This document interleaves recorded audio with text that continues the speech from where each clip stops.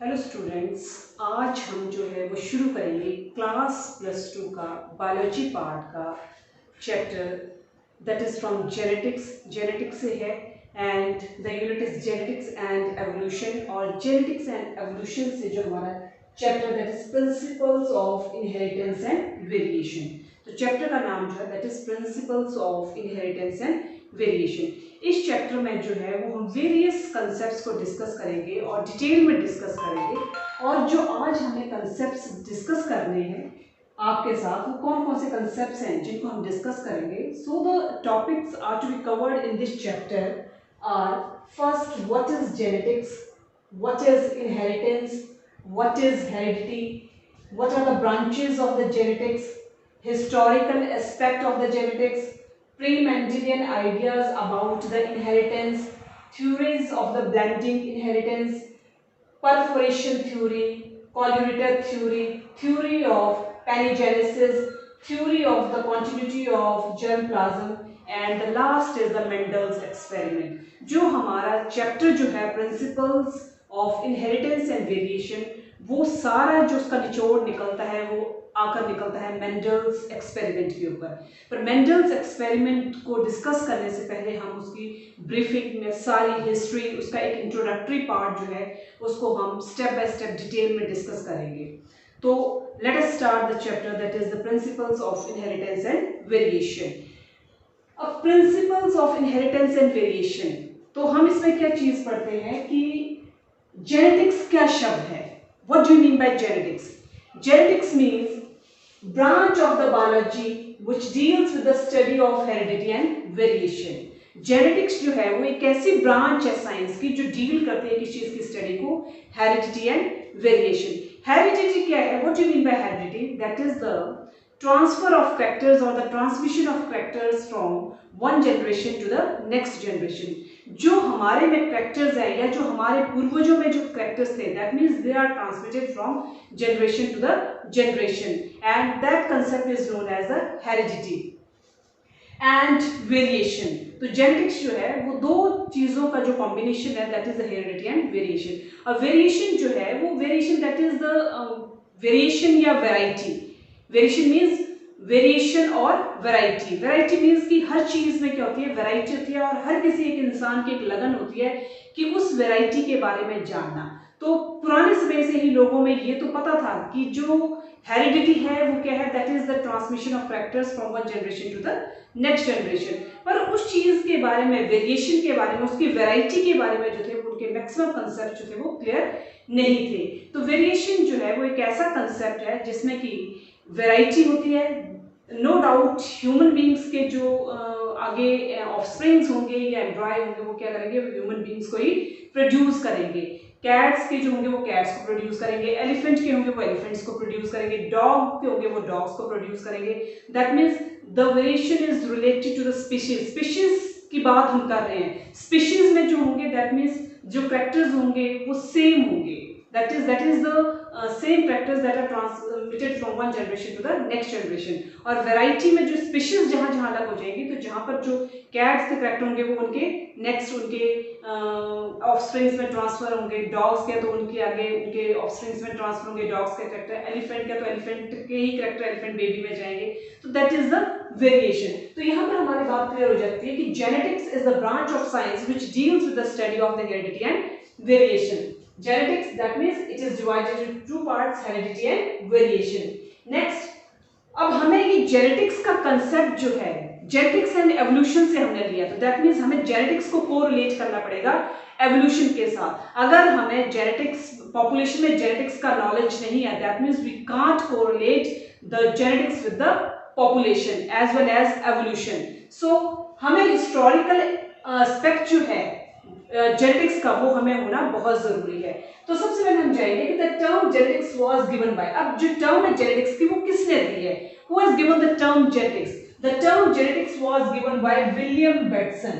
जो टर्म थी जेनेटिक्स की वो किसने दी थी? विलियम बेटसन ने। कब दी थी? इन 1906।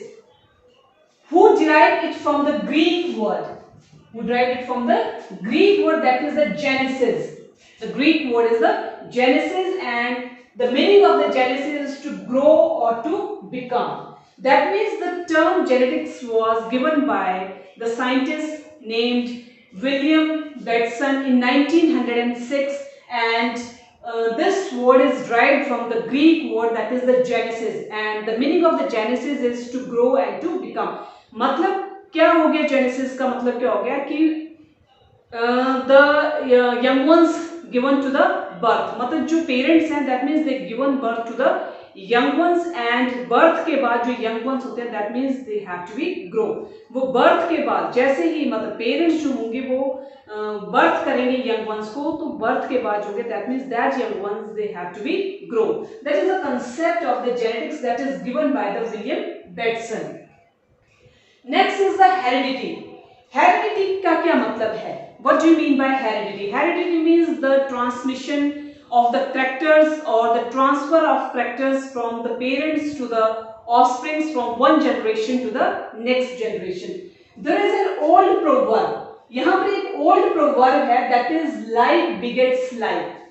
Like begets like का मतलब हो गया कि no doubt जो human beings के जो offsprings होंगे, the characters of the human beings offsprings are just like to their parents. अगर cats है तो cats के जो characters होंगे that means they are just like the cat. Dog के characters होंगे तो उसके offspring के जो characters होंगे that are just like the cats to their parents. मतलब जो species से related जो भी characters होंगे वो क्या होंगे that is like begets like. That is all living organisms tend to produce young ones like themselves. तो जितने भी हमारे individuals हैं या जितने भी हमारे living organisms हैं, they have the ability to produce the young ones among themselves. वो अपने young ones को produce करते हैं themselves. And heredity is a transmission of genetic characters. तो heredity जो है that is the transmission of genetic characters from one generation to the next generation or from parents to their offsprings. That is the heredity. After heredity, the next concept is inheritance. Inheritance क्या है? It is actually by which characters or traits pass from one generation to the next. Inheritance में क्या था कि जो actually हमारे characters हैं, it is the actually by which characters actual process में जो भी हमारे characters होंगे या traits होंगे वो पास करेंगे from one generation to the next generation. हमारे characters जो हैं वो that means they pass to the next generation. हमारे हमें जो character हैं that means they have to pass out from our parents. वो हमें हमारे parents से मिले हैं और जो हमारे characters होंगे वो हमारे आगे next generation को मिलेगा. Next generation के characters जो होंगे वो next generation में जो वो transfer होंगे. That means it is actually by which the characters or the traits that are transferred from one generation to the next generation. An elephant always give birth only to baby elephant. एक elephant जो है वो जो birth है वो सिर्फ किसको देगा? एक elephant baby को ही देगा. That means they are related to their species. एक mango का plant है that means एक mango का seed है तो वो क्या develop करेगा? That means they develop the mango plant. वो mango plant को ही develop करेगा and not some other animals. अगर हम इस बात की बात कर रहे हैं कि एलिफेंट जो है वो प्रोड्यूस करेगा ओनली एलिफेंट बेबी को या मैंगो का सीड जो है वो प्रोड्यूस करेगा ओनली मैंगो प्लांट को और वो किसी अदर एनिमल या किसी अदर ऑर्गेनिज्म को नहीं प्रोड्यूस कर सकता है, तो that means these characters are related to their species and not to the other species. A mango seed forms only a mango plant. एक मैंगो का सीड जो है वो सिर्फ एक मैंगो प्लांट को ही डेवलप कर सकता है and not any other plant. Mango seed से मैंगो का ही प्लांट डेवलप होगा. मैंगो के सीड से बनाना का प्लांट डेवलप नहीं होगा, ऑरेंज का प्लांट डेवलप नहीं होगा. That means the species are totally different. So here the mango seeds develops on the mango plant due to the same species. Thus the offsprings resemble their parents. इस वजह से जो offsprings होते हैं वो किस चीज से resemble करते हैं? वो अपने parents के साथ resemble करते हैं due to their similarity of the characters. Next variation, it is the degree of the differences in the progeny. ये जो है वो differences हैं किस चीज में? Progeny या फिर offsprings में. That means it is the difference in the progeny as well as the offsprings and between the two progeny and the parents. दो progeny या दो offsprings के बीच में जो है उसका difference जो होगा वो किसके साथ होगा? Parents के साथ होगा. And the term variation is also used for a single difference in a trait. और जो variation है, variation जैसे मैंने पहले भी बताया था कि variation means variety.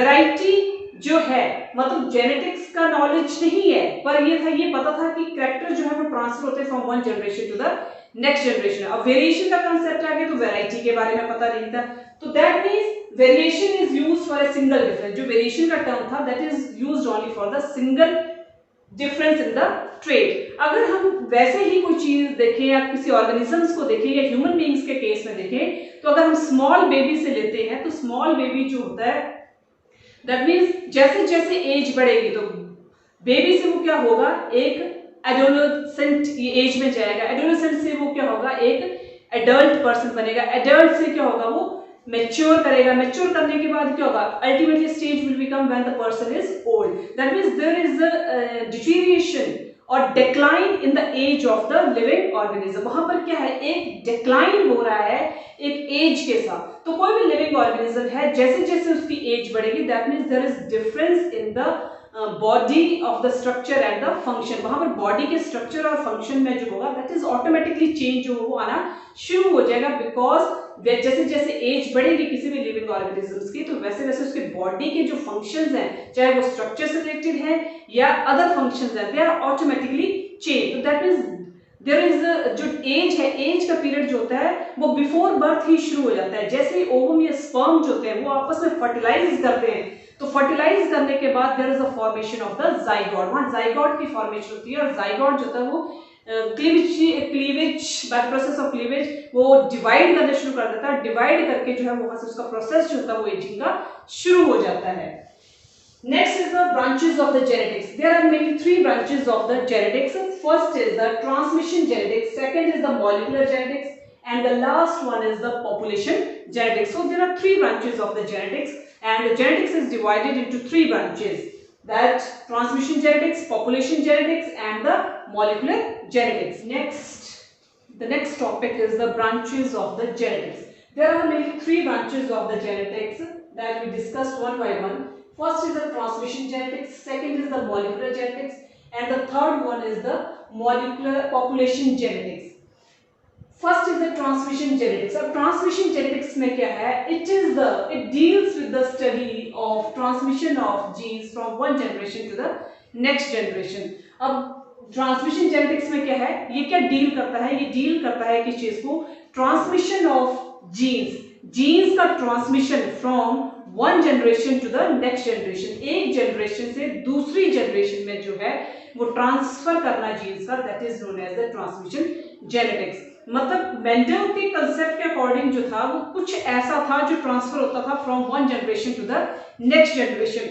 उस कंसेप्ट को जो नाम दिया गया था फैक्टर है। Factor that means that is transfer from one generation to the next generation, और बाद में इसी फैक्टर को नाम दे दिया गया था कि जो कैरेक्टर्स हैं that are transmitted from one generation to the next generation. Second is the molecular genetics. Molecular genetics जो है it deals with the structure and function of genes. Molecular genetics जो था वो किस चीज को डील करता था, वो डील करता था structure and function of genes के स्ट्रक्चर और फंक्शन के बारे में वो कौन बताता था, that is the molecular genetics at molecular level. Molecular level का मतलब ये है कि हम नेक्स्ट चैप्टर जो है जेनेटिक्स का that is the molecular basis of inheritance, और उसमें जो है वो हम डिटेल में डिस्कस करेंगे कि मॉलिक्यूलर लेवल पर जो है कोई भी जो जीन्स हैं वो स्ट्रक्चर और फंक्शन से जो मॉलिक्यूलर लेवल पर किस तरह से जो है वो डिफरेंशिएट करते हैं। The third branch of the genetics is the population genetics. It deals with the application of the Mendel's law. ये किस चीज के बारे में डील करता था, ये applications of the Mendel's law के बारे में डील करता था, and other principles of the genetics to the population of the other organisms. और Mendel's law के साथ साथ वो other organisms को भी वो क्या करता था, या प्रिंसिपल्स को क्या करता था, कोरिलेट करता था, और प्रिंसिपल किस चीज के, ऑर्गेनिजम्स के, that are related to the population of the organisms. Mendel's जो है दैट मेंडल जो था एक बहुत अच्छे एक मैथमेटिशियन थे, और कायदे से जो थे वो एक अच्छे एक अध्यापक टीचर बनना चाहते थे, पर कुछ सर्कमस्टांसेस ऐसे होने की वजह से वो एक टीचर ना बन पाए, और कुछ समय तक वो जो चर्च में है उन्होंने प्रीस्ट का भी काम किया, पादरी का काम किया। On the behalf of that reason उनका एक नाम जो जॉर्ज मेंडल के नाम से भी उनको जाना जाता है। तो उनके एक अच्छे मैथमेटिशियन होने की वजह से उनका जो एक बेनिफिट था वो उनके क्रॉस में जो है वो एक बहुत अच्छा बेनिफिट मिला, और उनके क्रॉस जो है उन स्टडी को जो है वो बहुत संभाल कर रखा गया।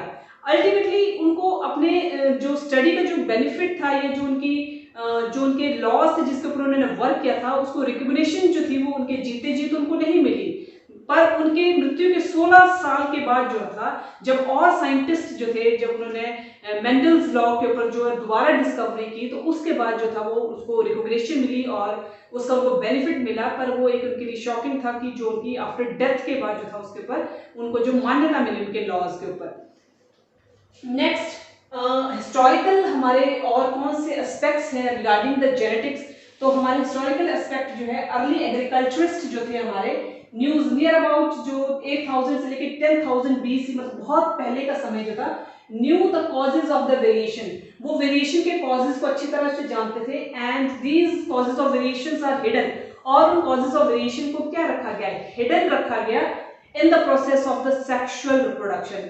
And as all we know that sexual reproduction is the process in which the two parents are involved, and it is also known as the biparental, जहाँ पर दो parents involved होते हैं, that process is known as sexual reproduction. And reproduction जो है उसमें क्या था कि एक अगर हम define करें तो reproduction is not the defining feature of the life. reproduction जो है वो एक defining feature नहीं है life का। Next section, they successfully bred domesticated varieties. उन्होंने successfully bred domesticated varieties के ऊपर भी वर्क किया from wild plants and animals through selective crossing. उन्होंने successfully जो था वो एक bred domesticated varieties के ऊपर भी उन्होंने वर्क किया, और उस domesticated varieties जो थी उन्होंने wild plants या animals के ऊपर वर्क किया through the process of the, और प्रोसेस कौन सी थी, that is the selective crossing and artificial selection. Artificial selection एक ऐसा प्रोसेस है जिसमें कि हम नई नई टेक्निक्स को क्या कर लेते हैं, नई नई चीजों को जो है वो क्या कर लेते हैं, डेवलप कर देते हैं। जैसे अगर हम कैबेज देखें, वो भी देखें तो उसकी बहुत ज्यादा वेराइटीज हैं, या शिमला मिर्च देखें उसकी बहुत ज्यादा वेराइटीज है, तो पिजन है उसकी बहुत ज्यादा वेराइटीज हैं। तो number of plants and animals हैं जिनको कि हम आर्टिफिशियल सिलेक्शन के द्वारा उनकी नई नई वेराइटीज जो है वो उनको डेवलप कर सकते हैं। Chicken is the domesticated wild fowl. Chicken जो है उसकी जो डोमेस्टिकेटेड जो उसकी ब्रीड थी, that is the wild fowl. So all these are the historical aspects regarding the genetics. Next, pre Mendelian ideas about inheritance. Mendel से पहले जो थे वो कौन से ऐसे एस्पेक्ट्स थे जो कि किसको डिस्कस करते थे, इनहेरिटेंस को। That is the pre Mendelian ideas about the inheritance. They are often called as the theories. उनको क्या नाम दिया गया था, theories of blending inheritance.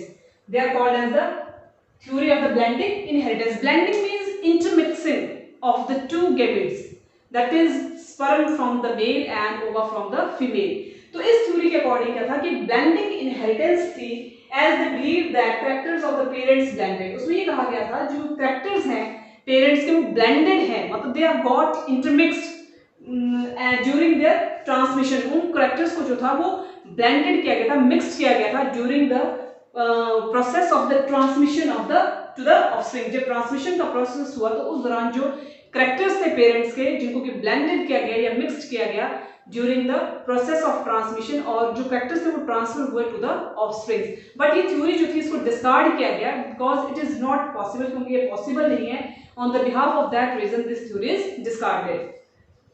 Next, the theories of the blending inheritance. कौन कौन सी वेरियस थ्योरीज है हमारे ब्लेंडिंग इनहेरिटेंस की? That means there are 6 type of the theories of the blending inheritance.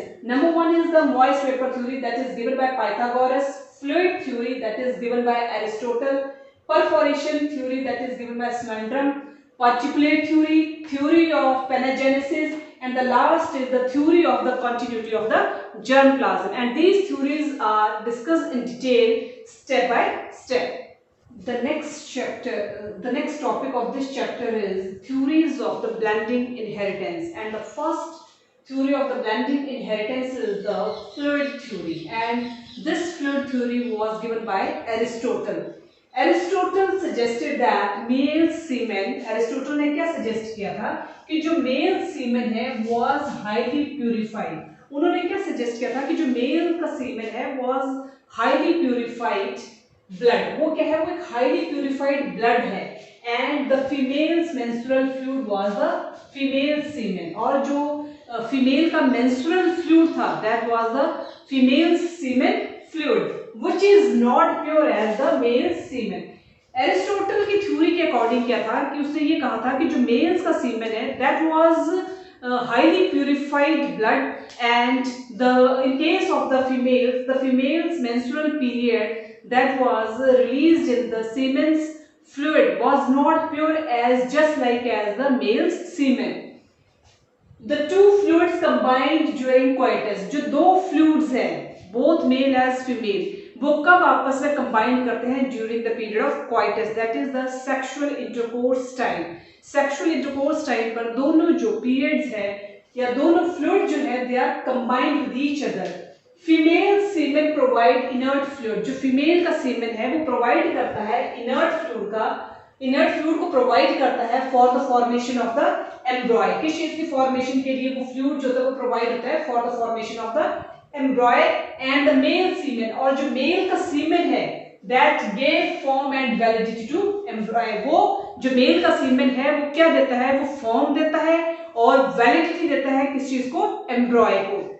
But this theory was also discarded, and after the theory of the fluid theory, the next theory is the moist vapor theory, and this theory given by Pythagoras, and Pythagoras proposed that during coitus, उसने भी ये कहा था कि coitus that means during the sexual intercourse time क्या होगा, moist vapours from all parts of the male body के जितने भी मॉइस्ट पार्ट्स हैं या मॉइस्ट वेपर्स हैं they give rise to the similar body. जो मॉइस्ट वेपर्स है मेल बॉडी के they give rise to the similar body, वो उससे मिलती जुलती सिमिलर बॉडी जो होंगी वो प्रोड्यूस करेंगे किसमें, फीमेल्स वोम में। But this theory also discarded. After the moist vapour theory the next theory is the preformation theory. It says that organisms is already present. उन्होंने ये कहा था कि जो organisms हैं वो already present हैं, that is preformed in the sperm. उनका ये कहने का मतलब था कि जो organisms हैं that are already present होने का मतलब ये था कि that they are preformed. वो preformed थे किसमें, in the sperms में या फिर egg in the miniature form called homunculus. उसको हम क्या कहते थे, homunculus. That is the little man. And fertilization is required to stimulate its growth. और fertilization का जो प्रोसेस था उस प्रोसेस की क्यों जरूरत पड़ती थी, to stimulate the growth. This theory, अब जितने भी पुराने साइंटिस्ट थे मेंडल से पहले उन्होंने जो भी कंसेप्ट दिए all these concepts are discarded. वो सारे के सारे कंसेप्ट जो थे वो discarded हो गए। Next is the quadruplet theory, and this theory was given by Maupertuis, that is 1698 to 1757. इन्होंने क्या कहा था कि जो हेरिडिटी है that is controlled by minute particles. उन्होंने ये कहा था कि जो हेरिडिटी है it is controlled by the minute particles which come from all parts of the body. और उनका कहने का मतलब था कि जो ये minute particles से जो है वो हेरिडिटी जो है वो कंट्रोल्ड होती है by the minute particles and which they come from all parts to the body. और वो बॉडी के ऑल पार्ट से कम आउट होता है और वहां से बॉडी से कम आउट होने के बाद वो कहा जाता है रिप्रोडक्टिव ऑर्गन में। तो this theory was also again discarded. इसमें ये था कि ये थ्योरी भी पूरी तरह से डिस्कार्डेड थी। इससे पहले जो डार्विन थे उन्होंने एक थ्योरी दी थी द थ्योरी ऑफ पैनजेनेसिस, जिसको भी हम आगे डिस्कस करेंगे। तो उस पैनजेनेसिस थ्योरी के अकॉर्डिंग क्या था कि बॉडी के जितने भी पार्ट्स हैं वो पैनजेनेसिस क्रिएट करते हैं। That means that pangenesis or gemule, that means these pangenesis or gemule they are circulate to all body parts, और body parts से circulate होते हुए कहाँ जाएंगे, blood में जाएंगे और blood से होते हुए वो circulate करेंगे all the reproductive parts of the body, और reproductive parts से होते हुए फिर वो कहाँ circulate होंगे to the next generation. But this theory was totally failure. This theory was totally discarded. Next, Collier, The first systematic studies of genetic process, जो पहली systematic study थी genetic process की वो carried out हुई थी by Joseph Collier from 1761 to 1766 is the theory of pangenesis. Pangenesis की theory जो है वो अभी हमने पहले भी discuss की already, that is given by the Darwin. Darwin के according क्या था कि उसने क्या कहा था कि this theory was given by Darwin in 1868 और उसने क्या कहा था कि thought that every cell of the body produces a टिनी particle. उन्होंने ये कहा था कि हर एक सेल जो है बॉडी का वो क्या प्रोड्यूस करता है, एक टिनी पार्टिकल प्रोड्यूस करता है, जिसको कि हम क्या बोलते हैं, जिम्यूल और पेंजीन, जिम्यूल और पेंजीन। और ये जिम्यूल और पेंजीन जो होते हैं वो कंटेन करते हैं बोथ द पेरेंटल कैरेक्टर्स, और इन जिम्यूल और पेंजीन को जो है वो ट्रांसफर किया जाता है किस चीज में, स्टोर होते हैं वो किसमें, बॉडी में, बॉडी से फिर वो स्टोर होते हैं ब्लड में, और ब्लड से होते हुए फिर वो नेक्स्ट जनरेशन जो थे वो ट्रांसफर होते थे। And this theory was totally discarded, क्योंकि ये थ्योरी जो थी वो डिस्कार्डेड हुई थी। जो इसके जो कंसेप्ट्स थे that are totally not according to the concept. Next theory of the continuity of the germ plasm, and this theory was given by August Weismann, ठीक है, इन 1892। और इन्होंने इस थ्योरी को प्रपोज किया था, और इनकी थ्योरी के अकॉर्डिंग क्या था, जर्म प्लाज्म इज इमॉर्टल। उन्होंने ये कहा था कि जर्म प्लाज्म जो है इमॉर्टल है and is pass from generation to generation. और ये जर्म प्लाज्म जो इमॉर्टल है, और वही जर्म प्लाज्म जो है वो आगे क्या करता है, जनरेशन टू जनरेशन जो वो ट्रांसफर होता है। तो प्रोटोप्लाज्म जो है that is further of two types, plasm that is somatoplasm in the somatic cells and germplasm in the germinal cells, in the germinal cells। तो यही जर्मिनल सेल्स थे जो क्या करते थे, ट्रांसफर होते थे from generation to generation. So this theory is again discarded. और इस थ्योरी के अकॉर्डिंग क्या था, लमार्क जो था, लमार्किज्म ने जो थ्योरी दी थी एवोल्यूशन की, या लमार्किज्म theory of inheritance of acquired characters, तो उनकी थ्योरी के अकॉर्डिंग क्या था, लमार्क की थ्योरी के अकॉर्डिंग उन्होंने ये कहा था कि जो कैरेक्टर्स ऑलरेडी एक बार ऑर्गेनिज्म जो है वो एक्वायर कर लेता है, दैट कैरेक्टर्स आर ट्रांसफर और transmitted from generation to generation. In other words, we can say that the characters that are acquired by the organisms and that characters are transferred from one generation to the next generation। जो characters एक बार organism acquire कर लेता है, वो characters जो है वो generation to generation transfer होते हैं। तो उसके लिए क्या था, उन्होंने practically उसको करके देखा। एक रैट, या रैट में जो वो मेल रैट की भी और फीमेल रैट की भी जो उन्होंने टेल जो थी वो कट कर दी, पूंछ जो थी वो कट कर दी, और उसके बाद मेल और फीमेल को जो है वो उन्होंने क्या किया, इंटरकोर्स हुआ उनके बीच में, और इंटरकोर्स होने के बाद जो है दैट मीन्स उनकी जो आगे जनरेशन प्रोड्यूस हुई, वो जनरेशन जो थी वो विदाउट कटिंग पूंछ के नहीं थी, बल्कि उनकी पूरी पूंछ थी। उन्होंने नेक्स्ट जनरेशन में भी वैसे किया, उन्होंने फिर दो चूहों की, मेल और फीमेल की जो है वो टेल काटी, और दोबारा फिर उनके बीच में फ्यूजन हुआ। फ्यूजन के बाद जब नेक्स्ट जनरेशन उनकी हुई, तो नेक्स्ट जनरेशन में भी उन्होंने क्या देखा कि जो पूंछ जो थी वो क्या थी, उनकी पूंछ कटी हुई ना थी बल्कि लंबी पूंछ थी। तो दैट मीन्स ये प्रोसेस जो था उनका वो जनरेशन टू जनरेशन थोड़े टाइम के लिए चलता रहा। तो यहाँ पर ये चीज है, ये थ्योरी भी यहाँ पर गलत हो जाती है। इसमें ये नहीं कह सकते हैं कि जो ऑर्गेनिज्म एक बार जो कैरेक्टर्स को एक्वायर कर लेता है, वो कैरेक्टर्स जो होंगे that characters are transfer from one generation to the next generation. तो नेक्स्ट अब हमारा आ जाता है George John Mendel, that is father of genetics. कई बार एग्जाम में क्वेश्चन आता है कि who was known as the father of the genetics, that means George John Mendel, जो कि एक फाइनल एक टच देने वाले थे जेनेटिक्स को, जिन्होंने जेनेटिक्स का जो एक उन्होंने जो जेनेटिक्स की जो असली जो शुरुआत हुई वो किसकी वजह से हुई, वो जॉर्ज जॉन मेंडल की वजह से हुई, और उस वजह से उनको फादर ऑफ जेनेटिक्स भी कहा जाता है। और उनका जो टाइम पीरियड था दैट इज फ्रॉम 1822 टू 1884। और जॉर्ज जॉन मेंडल से पहले हमने काफी थ्योरीज पढ़ ली है, दैट इज परफोरेशन थ्योरी है, कोइटर थ्योरी है, थ्योरी ऑफ पैलियोजेनेसिस है, theory of continuous germ plasm है, या फिर जो थी मॉइस्ट वेपर थ्योरी थी, फ्लूइड थ्योरी थी।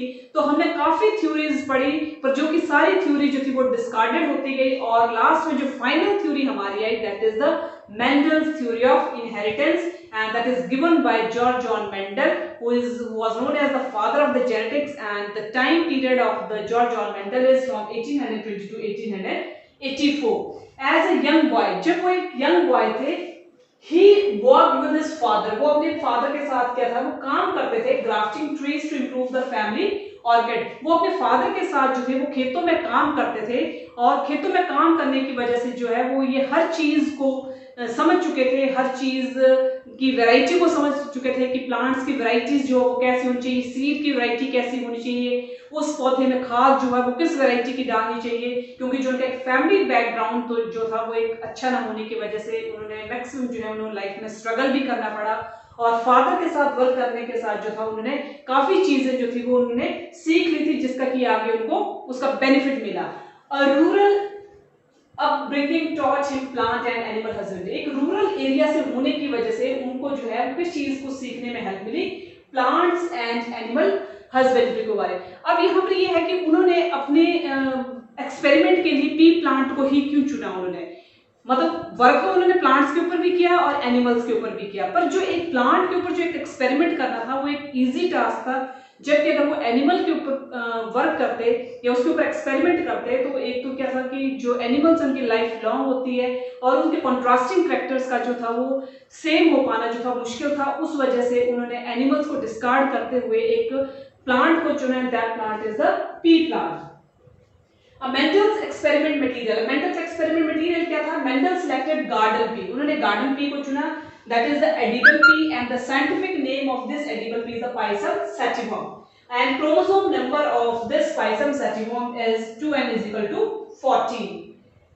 नेक्स्ट, अब इन्होंने पी प्लांट को ही क्यों चुना, तो उसकी क्या एडवांटेजेस थी उस पी प्लांट को सिलेक्ट करने की। एक तो उस पी प्लांट का जो एक लाइफ स्पैन था वो शॉर्ट था, शॉर्ट लाइफ स्पैन होने की वजह से क्या था कि वो उसके ऊपर इजीली उसके ऊपर वो एक्सपेरिमेंट कर सके, और जितना ज्यादा लाइफ स्पैन जो था वो लंबा होता तो उतना ही ज्यादा उनको टफ होना था उसके ऊपर प्रैक्टिकली उसके ऊपर एक्सपेरिमेंट करना। इजी ग्रोथ, इसकी ग्रोथ जो थी वो इजी थी, एंड मिनिमम आफ्टर केयर, और उसकी जो केयर थी वो भी क्या थी, मिनिमम थी, ज्यादा केयर नहीं थी उसकी। अवेलेबिलिटी ऑफ प्योर वैरायटीज, इस प्लांट की जो वैरायटीज थी वो प्योर थी, जो कि इजीली मिल गई, easily detectable of contrasting characters, contrasting characters को इजीली डिटेक्ट किया जा सकता था, जैसे टॉल है या ड्वार्फ है, राउंड सीड्स है या रिंकल्ड सीड्स हैं, तो ये येलो प्लांट है या ग्रीन प्लांट है, तो ये सारे कैरेक्टर्स जो थे वो क्या थे, वो इजीली क्या थे, डिटेक्टेबल थे। पॉसिबिलिटी ऑफ कंट्रोल ब्रीडिंग, इनकी ब्रीडिंग को क्या था, पॉसिबली कंट्रोल किया जा सकता था। सेल्फ पॉलिनेशन भी थी इनमें, and F1 hybrid and fertile, और इसमें जो हाइब्रिड था that is the F1 and after that the plants are fertile. तो इस वजह से जो था उन्होंने पी प्लांट को ही सिलेक्ट किया। नेक्स्ट हम इनके कॉन्ट्रास्टिंग कैरेक्टर्स पढ़ेंगे।